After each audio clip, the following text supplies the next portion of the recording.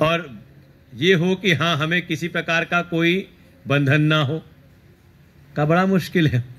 तो इसको कहा मोक्ष पुरुषार्थ। मोक्ष किसी कोई भी जीव, यहां तक कि आप एक पशु भी पाल लो, उसको भी बंधन प्रिय नहीं। मौका मिल जाए गाय को तो वो बंधन छुड़ा के भागने का ही प्रयास करती कि बस मौका मिले भागे। और हाँ ये बात अलग है कि भाग करके जाती जब दिन भर कुछ खाने को ना मिले, और कहीं भाई आज का समाज ऐसा है कि डंडा डंडा मारने में भी परहेज नहीं करता। तो चलो जैसे चला चलने दो, तो पीछे जाके बैठिए। सबके लिए है ना, केवल आपके लिए नहीं है ना। जैसी व्यवस्था है तो उसको भी लगता, जब गाय को भी लगता है कि हाँ वहां खूंटे पे बंधन तो था, लेकिन जीवन की जो आवश्यकताएं थी वो पूर्ति हो रही थी वहां पर, तो तुरंत शाम को खुद ही खूंटे पे लौट करके भी आ जाती है। ये भी है। तो किसी प्रकार का कोई भी जीव किसी प्रकार के बंधन को नहीं चाहता, इसलिए कहा मोक्ष पुरुषार्थ की प्राप्ति। तो जीवन में जिस प्रकार का लक्ष्य हो, जिस प्रकार का साध्य हो, उसके अनुरूप ही साधनों का चयन होता है। तो अगर जीवन के ये मूल आपके जीवन में अगर लक्ष्य है धर्म अर्थ काम, और चौथे को कहा परम पुरुषार्थ। इसलिए देखो ज्यादातर आप चर्चाओं में सुनेंगे ऐसे ही कि धर्म अर्थ काम तो है, लेकिन पुरुषार्थ है, लेकिन जो मोक्ष है वो है परम पुरुषार्थ। ये धर्म अर्थ काम आपको अगर मोक्ष की ओर लेकर के जाएं, यहां तक कि जो अर्थशास्त्री वे भी यही बात कहते हैं। अच्छा अर्थ चाहिए तो कितना अर्थ चाहिए, कितना धन मिल जाए? यही कहते हैं कि दुनिया में कोई चीज महंगी ना लगे। यही तो कहेंगे कि अर्थ भी आपको वो चाहिए जो आपको किसी प्रकार के अभाव या किसी प्रकार की आपकी अशक्तता को दूर कर दे, उसे मुक्त कर दे। काम भी कैसा चाहिए? अच्छा सुविधाएं ही अगर आपको कष्ट देने लगे तो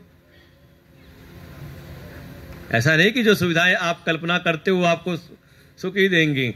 कई बार सुविधाएं भी आपको, और कह देते हैं आजकल के जो बड़े बड़े लोगों की सुविधाएं हैं, एक बार वो भी जो मन में तो कभी ना कभी तो आ ही जाता होगा, क्यों अग्रवाल जी महसूस कर रहे होंगे। कई बार लगता हो कि ये व्यवस्थाएं भी कहीं ना कहीं एक बंधन ही हो गई हैं, कि हम अपना एक सामान्य जो जीवन है उसको हम शायद जी नहीं पा रहे। तो सुविधाएं भी ऐसी हो कि किसी प्रकार का वो बंधन ना दें।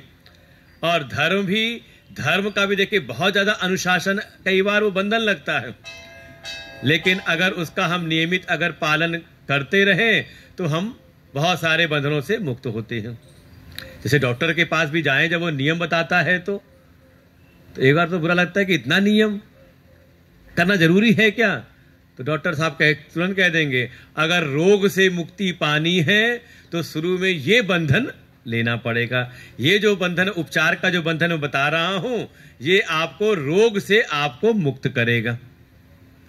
तो ऐसे ही जो धर्म का भी जो अनुशासन है, धर्म का भी जो बंधन है, वो वास्तव में इस भव बंधन से मुक्त कराने के लिए है। तो उसको तो आपको लेना ही पड़ेगा। तो साध्य हो गए मुख्य रूप से धर्म अर्थ काम और परम पुरुषार्थ। परम जो हमारी जो साध्य है वो है मोक्ष की प्राप्ति।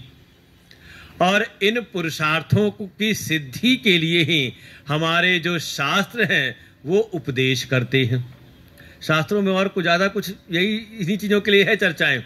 और हम शास्त्र भी उन्हीं को कहते जिसमें धर्म अर्थ काम और मोक्ष हमारे जीवन के सर्वांगीण जो आयाम हैं उन सब का, भाई हमारे जीवन का विभाग किया। मनुष्य की औसत आयु 100 वर्ष मानी तो उसके 4 विभाग कर दिए, ब्रह्मचर्य आश्रम, फिर गृहस्थ आश्रम, फिर वानप्रस्थ आश्रम और चतुर्थ है संन्यास आश्रम। तो इन चारों आश्रम में हम किस प्रकार से प्रवेश करें और किस प्रकार से इनके प्रयोजनों को हम सिद्ध करें, तो इन पर भी प्रकाश डालने का कार्य हमारे शास्त्र करते हैं। और हम शास्त्री उनको ही शास्त्र की संज्ञा देते हैं जो चारों पुरुषार्थों का वर्णन करें। और किसी ग्रंथ किसी शास्त्र में अगर केवल एक पुरुषार्थ की चर्चा हो तो उसको हम शास्त्र ना कह के उसको कहते हैं प्रकरण ग्रंथ। तो यही व्याख्या है जिसमें धर्म, अर्थ, काम और मोक्ष चतुर्थ पुरुषार्थों का जिसमें वर्णन हो, चारों पुरुषार्थों का जहां वर्णन हो, उसको हम कहते हैं शास्त्र। जैसे हमारे वेद हैं, पुराण हैं, ये सब के सब आपको चारों पुरुषार्थों का वर्णन करेंगे। भागवत जी की तो प्रारंभ ही होता है धर्म से ही अपवर्गस्य नार्थार्थायोपकल्पते। वहां भागवत का प्रारंभ ही किया धर्म, अर्थ, काम, मोक्ष, इन चारों पुरुषार्थों के रहस्य को बताया कि जीवन में धर्म हो तो धर्म का लक्ष्य हो मोक्ष की प्राप्ति, न कि अर्थ की प्राप्ति। नहीं तो कई बार लोग कहते हैं यार पूजा ऐसा कोई पूजा बताओ जिससे अर्थ की सिद्धि हो। का जो धर्म का जो प्रयोजन है वो है मोक्ष की प्राप्ति।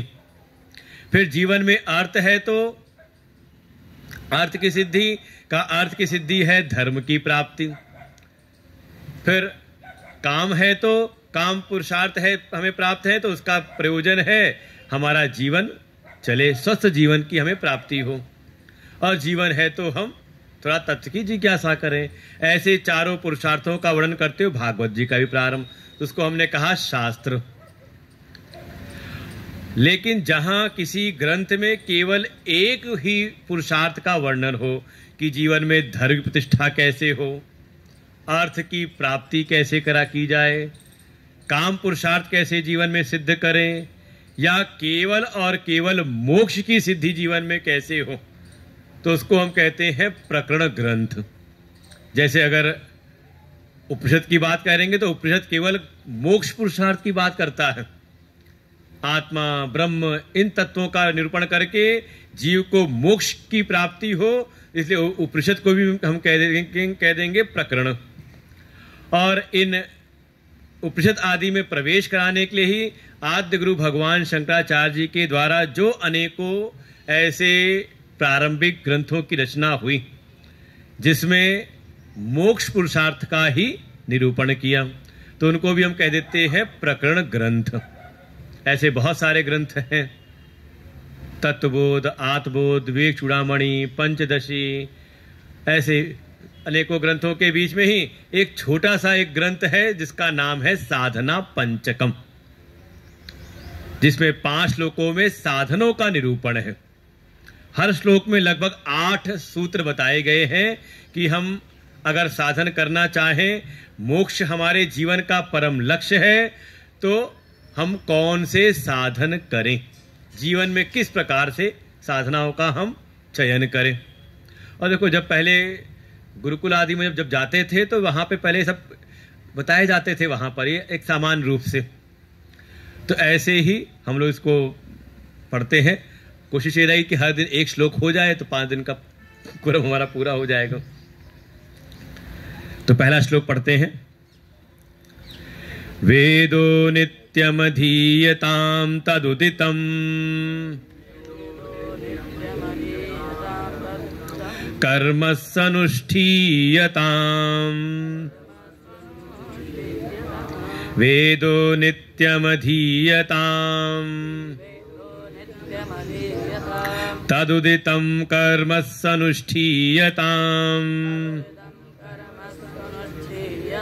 तेनेशस्य विधीयतामपचितिः। तेनेशस्य विधीयतामपचितिः। काम्ये मते त्यज्यताम्। काम्ये मते त्यज्यताम्। पापौघ परिधूयताम्। पापौघ परिधूयताम्। भवसुखे दोषोऽनुसन्धीयताम्।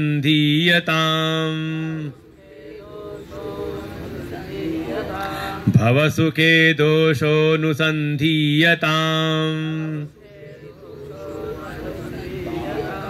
आत्मेच्छा व्यवसीयताम्।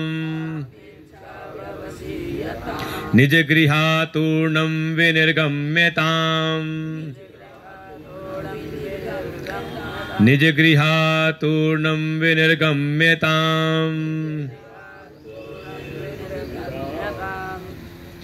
सबसे पहला ही कहा वेदो नित्यम धीयताम। जैसे अभी चर्चा की कि हमारे जीवन की जो मूल चाह है, धर्म अर्थ काम मोक्ष, हम कैसे जानेंगे? भाई जीवन की सार्थकता क्या है? अगर हम मनुष्य के जीवन में आए हैं तो हमारे जीवन की सार्थकता किन बातों में है, किस चीज में हमारे जीवन की सार्थकता है, कैसे जानेंगे? तो पहले ही कहा, पहला ही साधन है वेदो नित्यम धीयताम। नित्यम अधीयताम वेद, कि हम नित्य वेदों का अनुसंधान करें। वेदों को पहले हम पढ़ें, उनका हम श्रवण करें, उनको फिर युक्त युक्त हम मनन करें। तो ये तो पहला ही साधन हो गया, स्पष्ट है। इसीलिए हमारे जीवन का सबसे जो पहला विभाग है उसको हमने कहा ब्रह्मचर्य आश्रम। क्या करना है ब्रह्मचर्य आश्रम में? या कह सकते हैं पहला जो जीवन का जो पड़ाव हमारा है वो है विद्यार्थी जीवन। विद्यार्थी जीवन किस लिए है? प्रयोजन क्या है? कि थोड़ा हम विद्या का अर्जन करें, और विद्या में भी अगर वेद विद्या हमें प्राप्त हो जाए तो क्या बात है। अब आजकल की शिक्षा इसी से रहित हो गई है। तो आजकल की शिक्षा जो पढ़ाई जा रही है तो क्या है, वो अर्थ काम का अर्जन करना तो सिखा दे रही है, लेकिन धर्म और मोक्ष से रहित।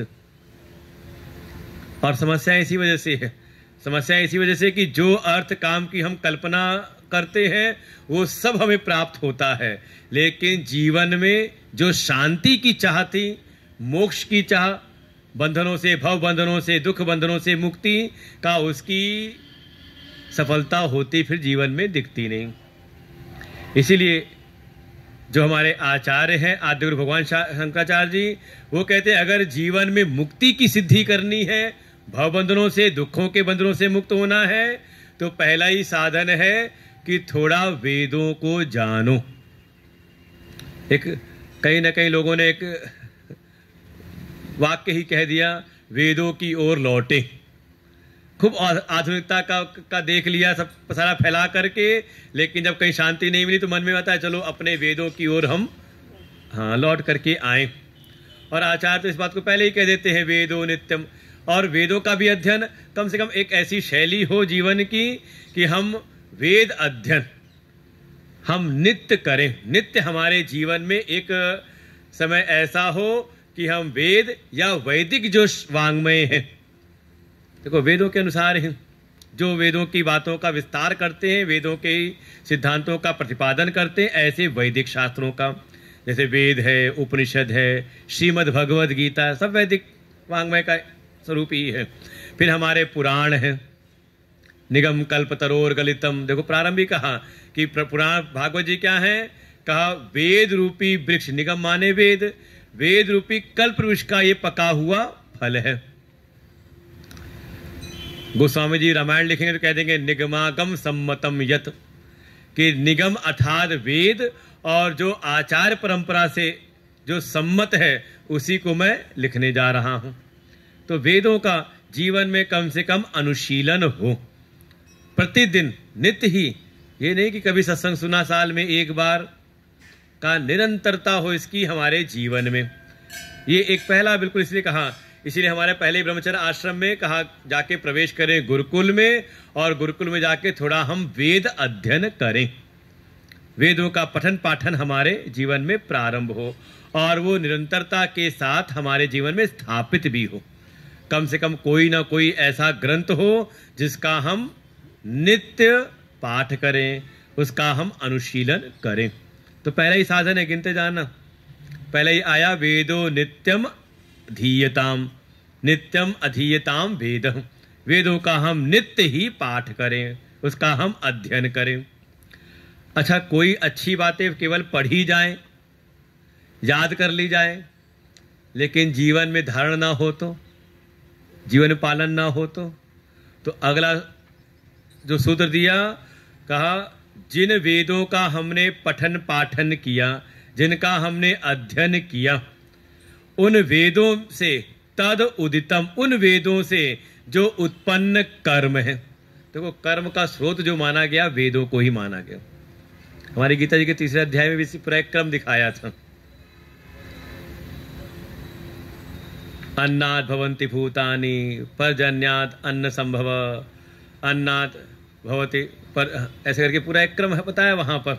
और वहीं पे आएगा कि यज्ञ कर्म समुद्भवम और कर्म ब्रह्मोद्भवम विद्धि, कि एक क्रम ला करके आगे कहा जो कर्म है वो ब्रह्म अर्थात वेद से उत्पन्न होते हैं। तो उसी बात को समझ लीजिए, सारे हमारे प्रस्थानत्रयी आदि जो शास्त्र हैं उनका ये निचोड़ दिया है सार रूप में। तो आचार्य कह रहे हैं तद अर्थात उन वेदों से जो उत्पन्न कर्म है उसका हम स्व अनुष्ठीयताम, उसका हम अपने जीवन में अनुष्ठान करें, उनका हम पालन भी करें। वेदों का पढ़ने की सार्थकता तभी है कि उसको हम पढ़ करके समझें और उनके तात्पर्य को समझते हुए अपने जीवन में हम उसको धारण भी करें, वेद के अनुसार हमारा जीवन हो। तो दूसरा ये सूत्र हो गया। और इसको कह सकते हैं जैसे कोई ब्रह्मचर्य आश्रम में गया तो वहां उसको लगा देगा वेद अध्ययन में, और जब वेद अध्ययन करके जब वापस अपने घर जाता है तो अपने आचार्य की, अपने गुरु की आज्ञा ले करके, अनुशासन प्राप्त करके तब प्रवेश करता है गृहस्थ आश्रम में, समावर्तन संस्कार करा करके। और जब गृहस्थ आश्रम में गया तो क्या करे फिर? तब फिर जो वेदों का उसने अध्ययन किया था, भाई इसको हम एक व्यवहारिक स्थिति में कह सकते हैं कि मान लो कोई बहुत शिक्षित हो, विद्यालय की डिग्रियां उसने प्राप्त कर ली हों, और जब घर परिवार या समाज में जीवन जिए और जीवन में वो उत्कृष्टता न दिखाई दे, वो उसके जीवन में सभ्यता न दिखाई दे, तो क्या मन में यही आता है कि सब पढ़ाई लिखाई का व्यर्थ है, बेकार है। तो ऐसे ही जिन वेदों का हमने अध्ययन किया है तो वेदों में बताए गए जो वैदिक मार्ग हैं, वैदिक जीवन शैली है, वो हमारे जीवन में वो अनुष्ठान में भी आ जाए। इसीलिए समर्थन करा के जब गृहस्थ में गया तो गृहस्थ में जा करके क्या करे, कहा जिन वेदों का उसने अध्ययन किया था, वेदों में जो वैदिक कर्म बताए गए थे, कौन से? कहा नित्य कर्म, नैमित्तिक कर्म, प्रायश्चित कर्म, उपासना कर्म का वो इन कर्मों का जीवन में पालन करें। कि कुछ तो हमारे नित्य कर्म है, शौच स्नान इत्यादि, माता पिता की सेवा, फिर भगवत उपासना, तो ये हमारे नित्य कर्म है। कभी आ गया नैमित्त, जैसे सत्संग है ये 7 दिन का, तो कहा ये नैमित्तिक कर्म है, रोज नहीं होगा, लेकिन कभी कोई निमित्त पड़ा तो निमित्त पड़ने पर कोई कर्म, घर में शादी हुआ इत्यादि आ गया, कोई अनुष्ठान ऐसा है।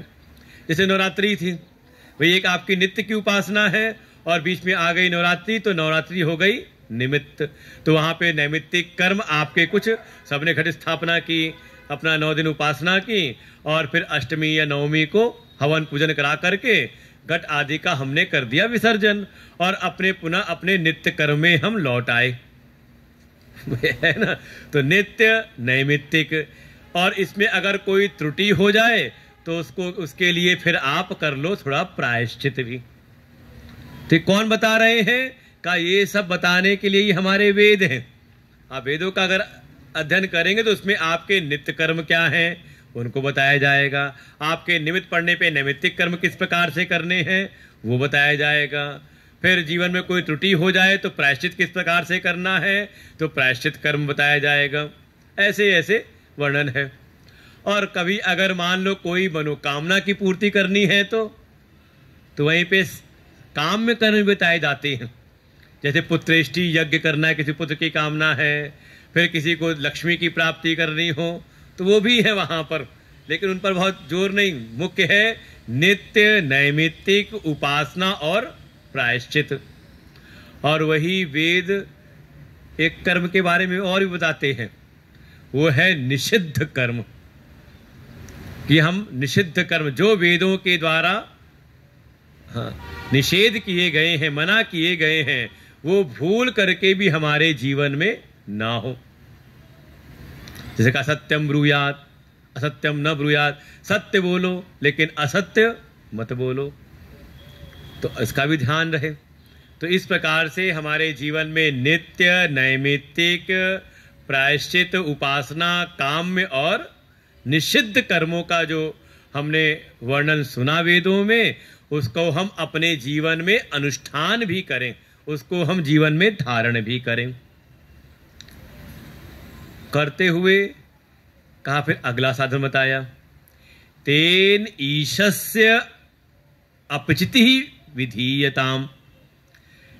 धीरे धीरे जीवन में ऐसी स्थिति आ जाए, इन जब वैदिक मार्ग का हम पालन करें, धर्म के मार्ग पर चलें, तो इसका परिणाम ऐसा हो कि थोड़ा हमारे जीवन में, जैसे मैंने एक शब्द जोड़ा उपासना कर्म, उपासना करते करते भीतर एक ऐसा प्रेम भगवान के प्रति हो, भगवान की सत्ता का एक अनुभव ऐसा हो कि हम जो भी करें, जो भी हमारी पूजन है, हमारा जो भी उपासना कर्म है, या हमारे जीवन के भी जो नित्य नैमित्तिक कर्म है, वो सब क्या हो, कहा वो भगवत अर्पण भाव से हो जाएं। तेन ईश, तेन केन, तो कहा जो भी आप वैदिक कर्म कर रहे थे, तो क्रमशः आपको ऊपर उठना है। जैसे सामान्य समाज के प्राणी कार्य कर रहे हैं, वही आप भी कर रहे हो, तो फिर आपके सत्संगी होने का क्या फायदा? फिर कम से कम उससे थोड़ी हमारी उत्कृष्टता हो। संसार में सब जी रहे हैं किसके लिए? कहा अपने लिए।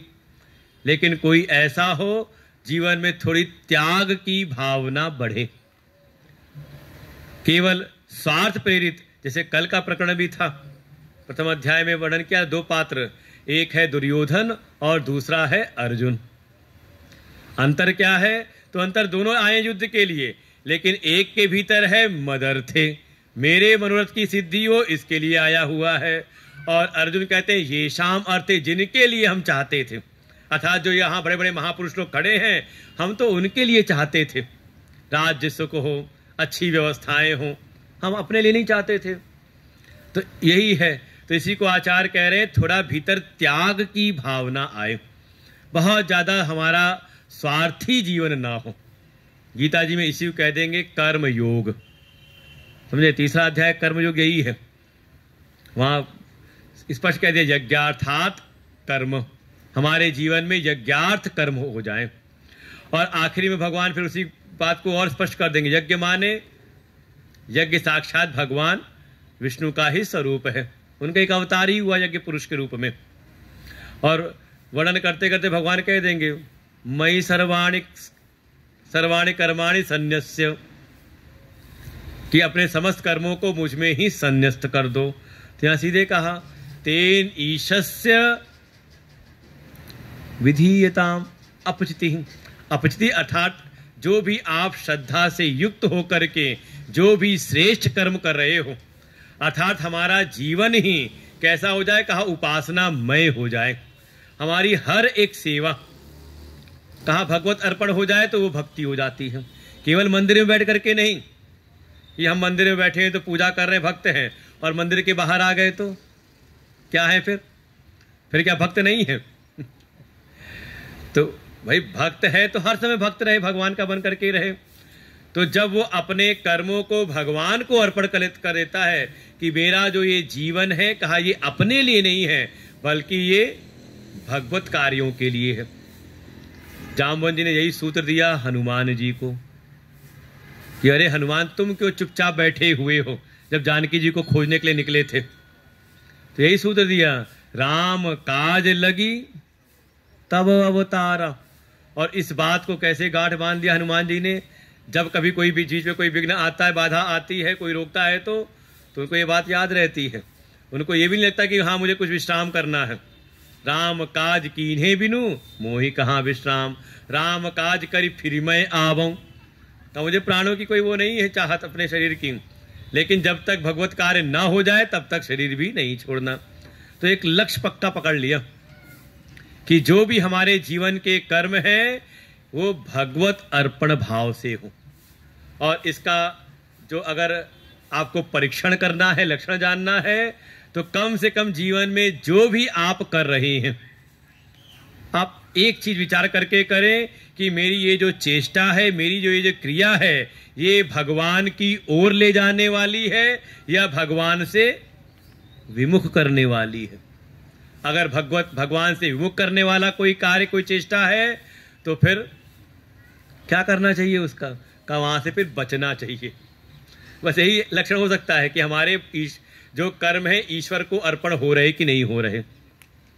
बिल्कुल इसी पहचान है यही चीज कि ये जो चेष्टा, ये जो क्रिया है, ये हमें भगवोन्मुखी कर रही कि नहीं कर रही, ये हमें अंतर्मुखी कर रही कि नहीं कर रही, और बहुत ज्यादा बहिर्मुखता की ओर लेके जा रही, संसार में फंसा रही है, तो समझे कि अब इससे हमें बचना चाहिए। तो तेने शस विधीयताम अपचिति, कैसे होगा? तो आगे सूत्र बता दिया, काम में मतिस त्यज्यताम, मतिस काम में त्यज्यताम। करना क्या पड़ेगा? का मन के भीतर ये जो कामनाएं आकर के बैठी हुई हैं, इन कामनाओं का त्याग करना पड़ेगा। इसलिए मन की समस्त कामनाओं का त्याग कर दो। ये जो अपने लिए जो चाहत होती है, अपने स्वार्थ की भावना जो बनी रहती है, मुझको चाहिए, मुझको चाहिए, का धीरे धीरे इसका थोड़ा आप त्याग करना शुरू करें। देखो, जीवन में कर्म तो करने हैं, और कर्म का हेतु बनती हैं कामनाएं ही। कर्म हेतु कामस्यात्, हमारे वेद इस बात को कहेंगे। तो बिना कामनाओं के कर्म तो होंगे नहीं, तो कैसे हो? क्या करें? कहा कामनाएं तो हो, लेकिन वो अपने निज संकल्पों के लिए ना हो, अपने निज स्वार्थ के लिए ना हो, बल्कि हमारी अगर कामनाएं भी हो तो वो किसी श्रेष्ठ के लिए हो, निकृष्ट के लिए नहीं। किसके लिए? का श्रेष्ठ के प्रति समर्पित हो।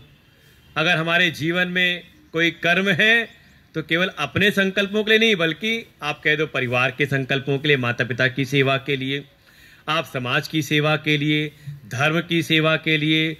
और इसी बात को कह दिया, तेने शस विधीयताम, ईश्वर अर्पित भाव से, ईश्वरार्पितम नेच्छया कृतम। देखें सभी शास्त्र कहीं ना कहीं आपको जुड़ते हुए दिखाई दे जाएंगे, क्योंकि एक हमने ग्रंथ का अध्ययन किया था, नाम था उपदेश सार। वो उपदेश सार था, ये साधना पंचकम, ये साधना का सार है, सार है इसमें। यहाँ कथा था नहीं, सीधे सूत्र बताए जा रहे हैं। तो वहां भी हमने एक श्लोक पढ़ा था, ईश्वरार्पितम नेच्छया कृतम चित्त शोधकम मुक्ति साधकम। बस थोड़ा क्रम उल्टा हो गया है। वहां कहा था ईश्वरार्पितम, तो यहीं पे हो गया क्रम, वही आ गया, ईश्वरार्पितम नेच्छया कृतम। उसी को कह दिया तेने शस विधीयताम और काम में मति त्यज्यताम, कि अपनी इच्छाओं के लिए नहीं, कोई भी कर्म अपनी इच्छाओं को समर्पित ना हो, बल्कि ये विचार करें कि भगवान क्या चाहते हैं। अगर भगवान ने हमें मनुष्य बना करके भेजा है तो क्यों बना करके भेजा है? क्या केवल विषय भोगों के लिए? तो शास्त्र फिर कहेंगे, एहि तन कर फल विषय न भाई। ये जो मनुष्य का जीवन मिला है केवल विषय भोगों के लिए नहीं है, बल्कि ये है मोक्ष पुरुषार्थ की सिद्धि के लिए, सेवा कार्यों के लिए। तो ऐसे ही इसको कह दिया, चौथा सूत्र हो गया, काम में मति त्यज्यताम, हम अपने मन की समस्त कामनाओं का त्याग कर दें। भगवान गीता जी में कह देंगे इसी बात को, प्रजहाति सर्वान कामान मनोगतान, यथा कामान मनोगत। मन के भीतर की जो भी कामनाएं हैं उसका आप त्याग कर दो। बिना इसको किए आपको परम शांति की प्राप्ति होगी नहीं। और ऐसा करते हुए फिर पांचवा साधन बताया, पापौघ परिधूयताम। थोड़ा सफाई की भी आवश्यकता है। हम जीवन में अच्छे कर्म तो करते रहें, लेकिन पूर्व की जो बुराइयां भीतर बैठी पड़ी हैं उनको साफ ना करें तो कई बार ऐसे ही होता है। लोग अपने पुराने व्यसनों को छोड़ना नहीं चाहते और चाहते हैं कि हमारा कल्याण थोड़ा पूजा पाठ करके हो जाए, तो का संभव नहीं है। भगवान की भक्ति के कार्य में हम लग तो रहे हैं, धर्मार्थ कार्य में लग तो रहे हैं, लेकिन अपने जो पूर्व के जो हमारे व्यसन हैं, हमारी वासनाएं, असद वासनाएं हैं, उनका हम त्याग नहीं कर रहे। पाप औघ अर्थात पापों का जो समूह हम जन्म जन्मांतर से लिए आए हुए हैं। देखो, जो भी हम पाप कर्म करते हैं, कोई भी हमसे पाप कर्म हुआ, उसकी वही कर्म तो सामने हुआ, लेकिन उसकी वासनाएं जो चित्त के भीतर बैठ जाती हैं, उसकी भी शुद्धि अनिवार्य है। और कब होगी? कहा जब आप बाहर से पाप कर्मों से विरत होंगे, पाप कर्मों का त्याग आप बाहर करेंगे और उसका परिणाम धीरे धीरे भीतर भी उत्पन्न होगा। इसलिए प्रदर्शनी लगाई गई है, वहां पे है व्यसन मुक्ति की भी। और व्यसन केवल वही बीड़ी तंबाकू का ही नहीं, व्यसन कई बार हो जाता है झूठ बोलने का कुछ नहीं तो अपशब्द बोलने का। कई तो ऐसे होते हैं कि वो बातचीत करते करते उनको पता ही नहीं होता कि वो अपशब्द भी बोल रहे हैं, क्या है उनके स्वभाव में ही आ गया है। तो लोग टोकना पड़ता है, तो टोकते तो उनको याद आता है, अच्छा हमने ऐसा कुछ कहा क्या, उनको पता ही नहीं, रोज का अभ्यास में पड़ा हुआ है। तो जो भी जीवन में पाप कर्म है, उन पापों के समूह को भी थोड़ा आप नष्ट करने का प्रयास करें। श्रेष्ठ कर्मों को, श्रेष्ठ अच्छी संगत, अच्छे कार्यों को हम करें, जिससे कि हमारे ये जो पाप कर्म हैं ये भी हमसे दूर हो जाएं, पापों का क्षय हो, जीवन में किसी प्रकार का कोई मल ना रहे। तो पाप में हम लगते क्यों हैं? मतलब एक कोई बोर्ड लगा हुआ है कि व्यसन में हम पड़ते क्यों हैं, ऐसा कोई है? एक हमने देखा कल था प्रदर्शनी में, ये कोई अगर व्यसन कर रहे हैं तो किस कारण से कर रहे हैं? तो कहीं ना कहीं हम व्यसनों में शोभन बुद्धि बना लेते हैं, कोई ना कोई बनवाता ही है, अरे करके तो देखो एक बार। तो अगला वही कह रहे, पाप कर्मों में हम कब लगते हैं? कहीं ना कहीं इस जगत के प्रति एक आकर्षण हमें दिखाई देता है, और उस आकर्षण के कारण उसको पाने के लिए हम गलत रास्तों का भी पालन कर लेते हैं, पकड़ लेते हैं गलत रास्तों को भी। आगे यही कह रहे हैं कि ये जो तुम क्षणिक सुख पाने की इच्छा कर, किसके लिए? इस संसार के लिए ही ना। तो कहा इस भव के सुख में, इस संसार के सुख में थोड़ा दोषों का अनुसंधान कर लो कि संसार के जो सांसारिक जो सुख है, देखो दो प्रकार का सुख है, एक है आत्मिक सुख और एक है सांसारिक सुख। एक है ब्रह्मानंद और दूसरा है विषयानंद। थोड़ा इनको कभी आप विचार तो करो, विवेक पर कसो तो, इनके बारे में कम से कम विचार तो करो। क्या दोनों एक समान ही हैं? तो काफी चीजें दिखाई दे जाएंगी। और सबसे बड़ा दोष तो यही दिखाई देगा कि ये जो विषयों का आनंद है, व्यसनों का जो आनंद है, कैसा है? कहा ये अत्यंत ही क्षणिक है कि नहीं? कुछ समय के लिए हमें आनंद की अनुभूति तो हुई और उसके बाद का फिर दुख आके घेर लेते हैं। विषय क्या है? विषयों का आनंद कैसा है? एक समय आनंद लगता तो है, हमें आभास होता है, लेकिन कुछ समय बाद जब विषय अंत हुए, क्योंकि ऐसा कोई विषय नहीं जो नित्य हो, तो जो स्वयं में नित्य नहीं है तो उससे मिलने वाला जो सुख है, कहा वो नित्य कैसे होगा? थोड़ा विचार तो करें। लेकिन जो आत्मिक आनंद है, का आत्मा अपने आप में नित्य है, तो उससे मिलने वाला जो आनंद है वो भी परम आनंद की स्थिति है। और थोड़ा और विचार करें ना, तो वास्तव में बाहर के किसी चीज में सुख है ही नहीं। क्योंकि अगर विषयों में, जगत के विषयों में अगर सुख होता तो आप फिर गहन निद्रा में जाने का प्रयास न करते। अच्छा, किसी को नींद ना आए तो अच्छी बात है ना, उसके कार्य करने की क्षमता और बढ़ जाएगी, ठीक है ना? फिर कहते ये एक रोग है, इसको बहुत अच्छा नहीं माना गया, कोई वरदान नहीं माना गया। अगर किसी को नींद ना आए तो कहते हैं ये एक रोग है, अनिद्रा रूपी रोग है। क्योंकि शरीर को चलाने के लिए कम से कम एक पर्याप्त मात्रा में निद्रा भी होनी चाहिए। और किसी को ना आए तो कहते हैं फिर ये अब रोग से ग्रस्त है। और हम बरबस कहीं ना कहीं नींद में जाना चाहते हैं। अगर आपको संसार के विषयों का, जिसको आपने बड़े प्रयास करके, प्रयत्न करके अर्जन किया है, तो उसको चिपकाए रखो अपने छाती से, शीश लगा के रखो, क्यों छोड़ के जा रहे हो? कहा धन को भी एक समय हम लॉकर में बंद करके सोना चाहते हैं। बच्चे से कितना भी प्रेम हो, कितना दुलार हो उसके साथ में, लेकिन वही बच्चा, आजकल के बच्चे ऐसे ही सुनते हैं कि रात में ज्यादा जगाते हैं तो दुखी होते कि नहीं होते माता पिता? क्यों हो रहे हो दुखी? का सोने को नहीं मिलता है कि नहीं? वास्तव में हम सबसे ज्यादा सुखी तब होते हैं जब संसार से हमारा तारतम्य टूट जाता है और हम गहन सुषुप्ति में चले जाते हैं। तो ये नित्य का अनुभव है। और अगर आप स्वप्न में भी हैं, वहां भी देखो विषय व्यापार चल रहा है स्वप्न में, तो भी आपको बहुत शांति नहीं मिलती। लेकिन अगर आपको आधे एक घंटे भी अगर ऐसी गहन सुषुप्ति मिल जाए कि आपका संसार से बिल्कुल तारतम्य टूट जाए, तो आपको आधे घंटे एक घंटे की नींद में भी आपको परम शांति का अनुभव होता है। तो लगता तो है ना कि जब हम सबको पकड़ते हैं तब सुखी ज्यादा नहीं है, बल्कि ज्यादा सुखी तब होते हैं जब सबसे अपना तारतम्य तोड़ के, सबसे कनेक्शन काट करके जब हम अपने आप में होते हैं। बस ये है कि वो भी कहीं ना कहीं नित्य नहीं होता। भाई निद्रा भी कितनी देर आप सो सकते हो? ऐसी स्थिति, निर्विषय स्थिति अगर आपको निरंतर प्राप्त हो जाए कि आपका चित्त संसार के विषयों में जाए ही ना, तो क्या बात हो जाए? तो आपका जो सुख है उसकी सुख की मात्रा भी कहा बढ़ जाएगी, परम आनंद की स्थिति हो जाएगी। तो वो कैसे होगा?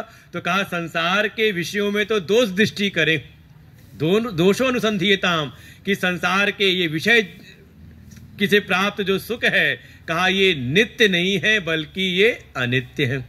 और एक बात और भी है विचारणीय, संसार के विषयों में सुख का केवल आभास है। क्योंकि अगर संसार के विषयों से सुख मिल रहा होता तो संसार के विषयों की जैसे जैसे मात्रा बढ़ती आपका सुख बढ़ना चाहिए था, लेकिन ऐसा है नहीं। अच्छा, इसको दृष्टांत से समझते हैं। मान लो किसी को लगता हो कि हाँ कुछ खाने को मिल जाए, बढ़िया रसगुल्ले खाने को मिल जाए तो सुखी हो जाएंगे। तो ठीक है, एक रसगुल्ला मिला तो 1 यूनिट सुख, 2 रसगुल्ला मिल जाए तो सुख बढ़ा, 2 मन में होता है कि एक और मिल जाए, चलो किसी ने दे दिया एक और। अच्छा, देने वाले को लगा कि इनको बड़ा प्रिय है और उसने प्रयास किया कि एक और ले लीजिए, तो आप मना करते करते एक और भी ले लोगे।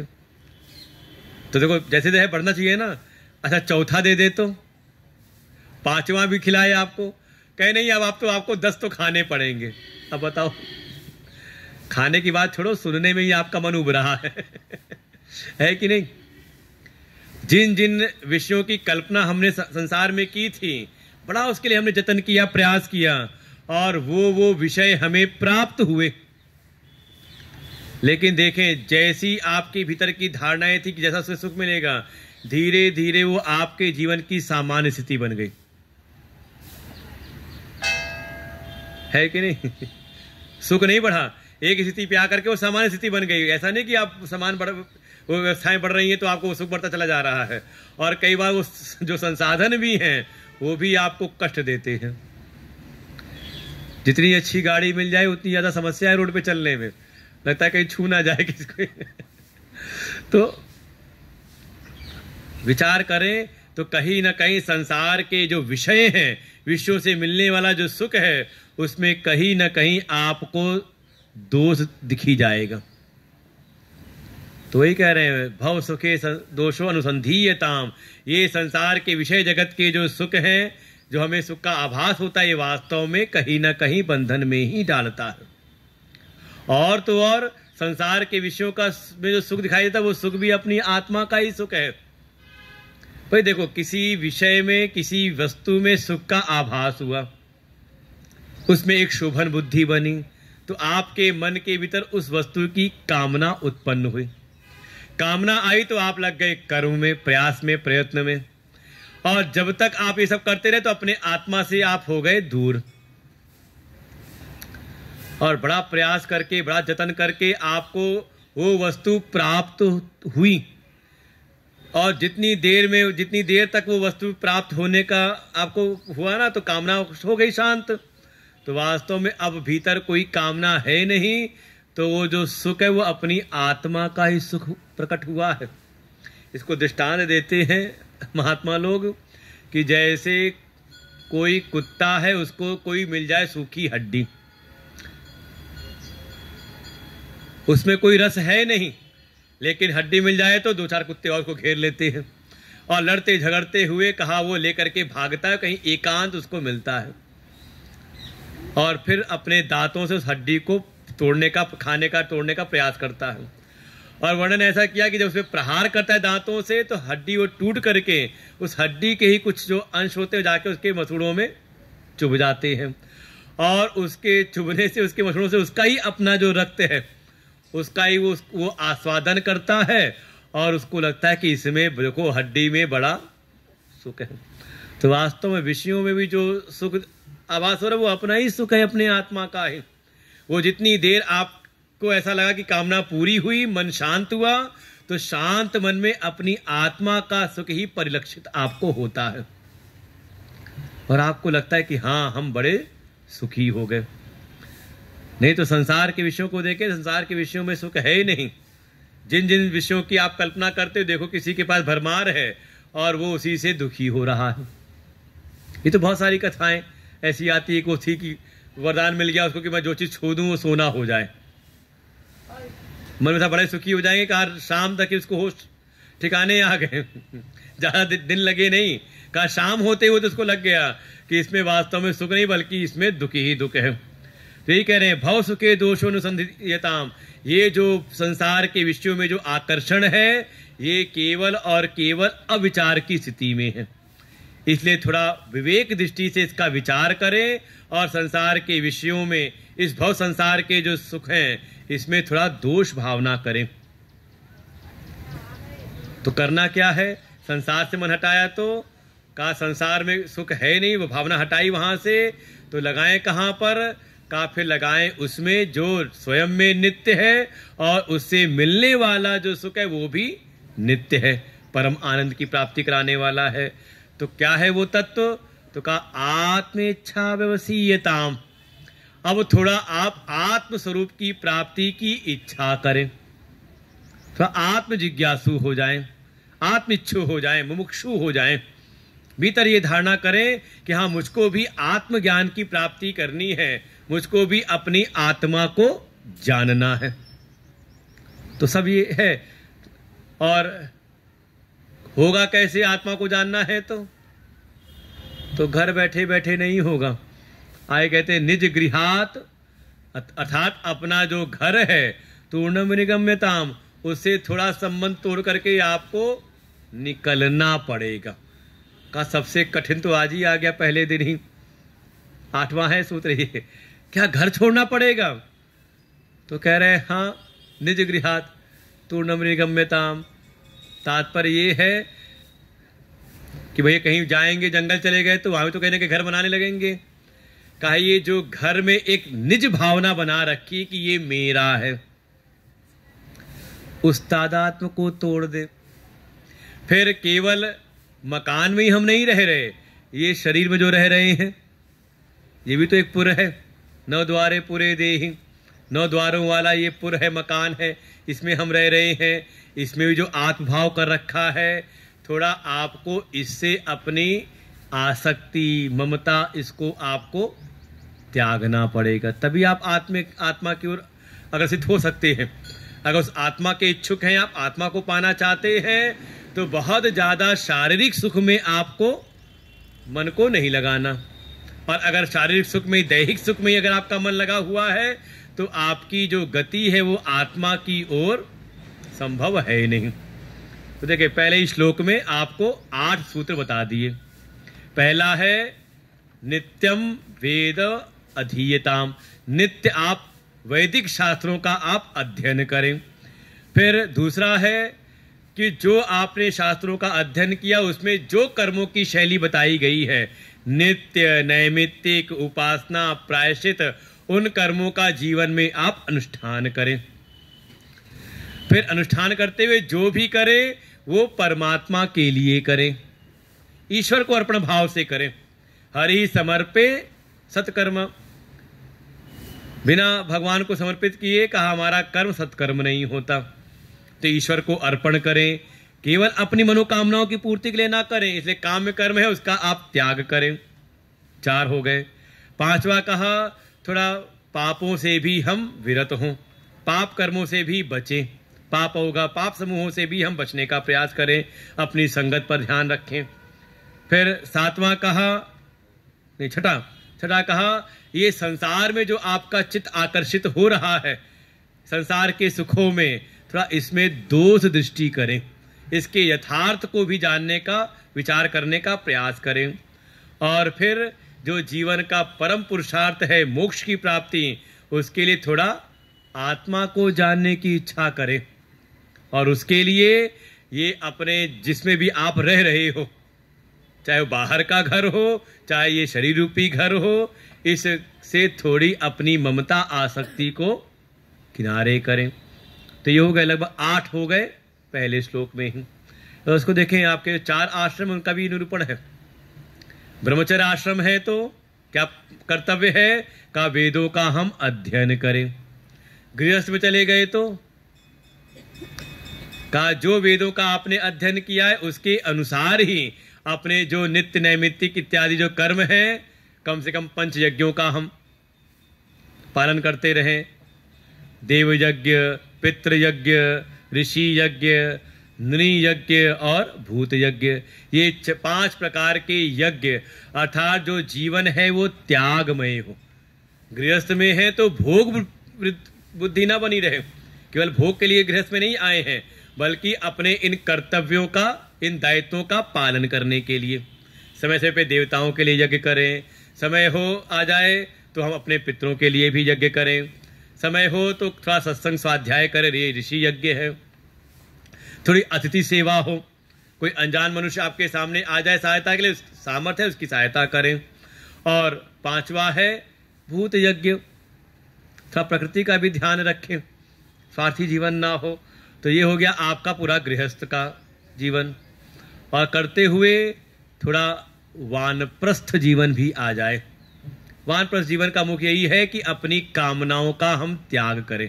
गृहस्थ में क्या थोड़ी कामनाएं लेके चलनी पड़ती हैं घर परिवार के लिए, लेकिन जब वानप्रस्थ हो गए तो अब जिम्मेदारियों को दे दिया दूसरों को जो आगे आने वाले हैं, और थोड़ा अब निष्काम भाव से, गृहस्थ में रह के थोड़े सकाम भाव से भी हम कर्म कर लेते हैं, अनुष्ठान करते हैं।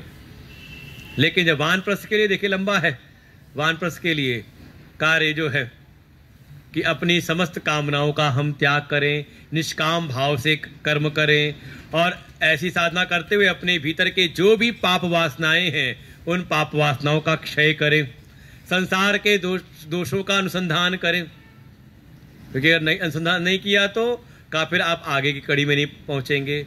और जब ये हो जाए तो प्रवेश करें चतुर्थ आश्रम में, जिसका नाम है संन्यास आश्रम। क्या करें वहां पर, तो यही है निज गृहात् तूर्णम निर्गम्यताम, अपने घर को त्याग करके जाए। तो जंगल में जाके क्या करे, जो यहां घर में करे थे वही काम, कहा नहीं, वो सेवाएं भले वहां पर हों, लेकिन उद्देश्य हो आत्मेच्छा व्यवसीयताम, आत्मज्ञान की ओर उन्मुख हो। वो समस्त साधनाएं करें जो साधनाएं आपको आत्मा की ओर लेकर के जाएं, और उसमें प्रधान साधन है सत्संग और स्वाध्याय। घूम के उसके लिए फिर आना पड़ेगा वेदो नित्यम अधीयताम। इस क्रम को हम पालन करें, इसको न त्यागें। तो पहले श्लोक में आ गया ये 8 साधन, और बड़े आसान तरीके से बता दिया है। ये समझ लें सार है। ये सारी जो कथाएं हम सुनते हैं, उन सारी कथाओं को सुनाने का तात्पर्य कि ये जीवन में आ जाए। कथा सुन करके केवल हमने कुछ मनोरंजन कर लिया, मन का रंजन कर लिया, का उतना ही प्रयोजन कथाओं का नहीं है। जो कथाएं हम 7 दिन सुनते हैं, पुराणों की कथाएं, उन सब का सार यही है। देखो पहले श्लोक में बिल्कुल ये आप क्रीम है, ये आपको क्रीम भी क्या कहें, बिल्कुल घी निकल करके आ रहा है। तो इसका आनंद लेते हैं। बाकी हम लोग अगला हम लोग कल देखते हैं। रोज एक श्लोक देखा जाए तो अच्छा रहेगा। तो 15 मिनट है, तो 15 मिनट थोड़ा प्रयास करें, आंख बंद करके